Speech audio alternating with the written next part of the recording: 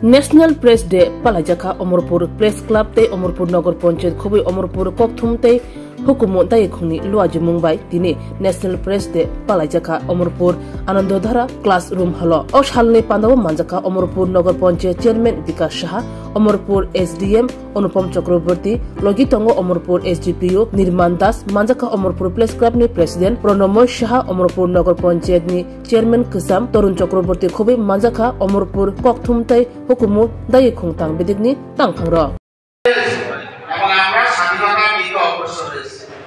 স্বাধীনতার পর ভারতবর্ষের একাধিক সরকার ছিল এবং সেই সরকারগুলো একটা সময় আমরা দেখেছি, আমি যখন কলেজে পড়তাম সেই সময় দেখেছি সংবাদপত্রের কণ্ঠ রোধ করার জন্য একাধিক আইন প্রণীত হয়েছে।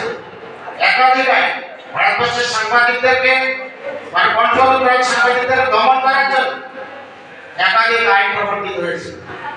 এখানে যেটা বলা হচ্ছে প্রেস কাউন্সিল 1966 যেটা তৈরি হয়েছে এবং সেটাকে বিজ্ঞান অনুষদে ছিল, তারপরেও কিন্তু সাংবাদিকদেরকে দমন করার জন্য, সংবাদপত্রের কন্ট্রোল করার জন্য, সরকার বিরুদ্ধে কথা না বলার জন্য একাধিক আইন প্রবর্তিত জরুরি অবস্থা প্রশ্নতে গেছে।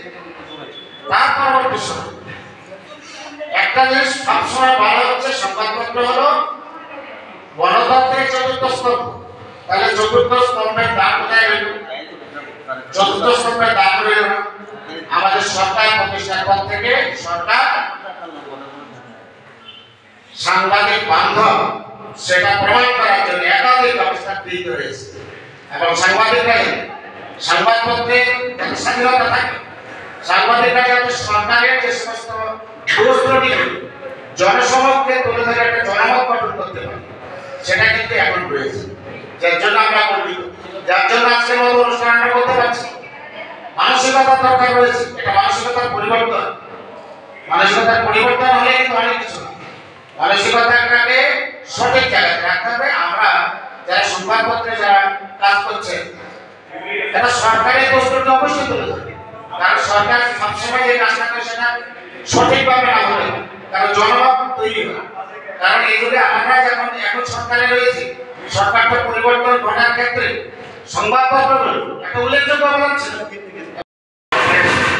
প্রেস সম্বন্ধে তারপরেও তোমরা যারা সোশ্যাল মিডিয়ার উপর ভরসা করে থাকো, তোমরা অন্তত সোশ্যাল মিডিয়া এবং প্রিন্ট মিডিয়ার মধ্যে পার্থক্যটা অন্তত বোঝার চেষ্টা করবে।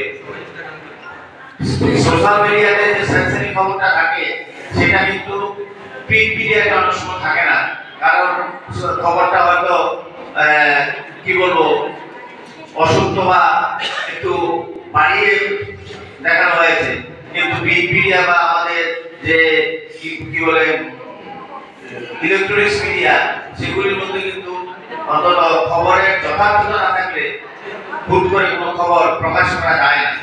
যাই হোক, আজকের এই অনুষ্ঠানে সকলের সহযোগিতা এবং আন্তরিকতায় আমি আপ্লুত। আমি সবাইকে অসংখ্য ধন্যবাদ জানিয়ে আজকের এই জাতীয় প্রেস ডিভিশন অনুষ্ঠানের সমাপ্তি ঘোষণা করছি। ধন্যবাদ সবাইকে। আমরা সংবাদ পরিবেশন করতে গিয়ে যাতে আমরা কখনো আমাদের না মনে হয় যে আমরা কোনো ভুল বার্তা সমাজকে দিচ্ছি, কারণ ভুল বার্তা একবার যদি চলে যায় সমাজে তখন কি হয়, তখন আমরা হয়তোবা সেই দুঃখ প্রকাশ করে নেব, কিন্তু মিস ইনফরমেশনটা যেভাবে প্রচারিত হয় তার রেকটিফিকেশনটা সেভাবে প্রচারিত হয় না। আর সোশ্যাল মিডিয়ার যুগে ভালো সংবাদের ভিউজ কম, এটা স্বাভাবিক, আমরা জানি, কারণ একটা ভালো ঘটনা হয়েছে তার ভিউজ আমরা খুব কম পাবো যদি সোশ্যাল মিডিয়া ভিত্তিক আমাদের নিউজ হয়ে থাকে।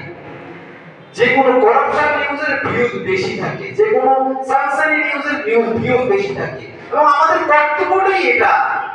আমরা অবশ্যই সরকারের যেটা উন্নয়নমূলক কাজ করছে আমরা সেটা প্রচার করব, কিন্তু আমাদের সবচেয়ে বড় কর্তব্য হলো সরকার বা প্রশাসন যে ভুলটা করছে, অর্থাৎ গণতন্ত্রের যে বাকি তিনটি স্তম্ভ যে ভুলটি করছে সেই ভুলটি জনসমক্ষে তুলে ধরা, তাদেরকে ভুল ধরিয়ে দেওয়া আমাদের সংবাদের মাধ্যমে, যেখানে মানুষ নিপীড়িত হচ্ছে, মানুষ বঞ্চিত হচ্ছে, সেই জায়গাটা আমাদের মানুষের সেই সম্মানটা যাতে মানুষ ফিরে পায়, মানুষ যাতে ঠিক কথা বলতে পারছে না মানুষ, কারণ ফ্রিডম আমাদের সকলের রয়েছে, ফ্রিডম অফ স্পিচ সকলের রয়েছে, কিন্তু অনেক জায়গাতে দেখা যায় কিছু কিছু রাজনীতির নামে কিছু বোকাটে যুবকদের উচ্ছৃঙ্খলতার কারণে কিছু সাধারণ মানুষ তাদের ফ্রিডম অফ স্পিচ পায় না।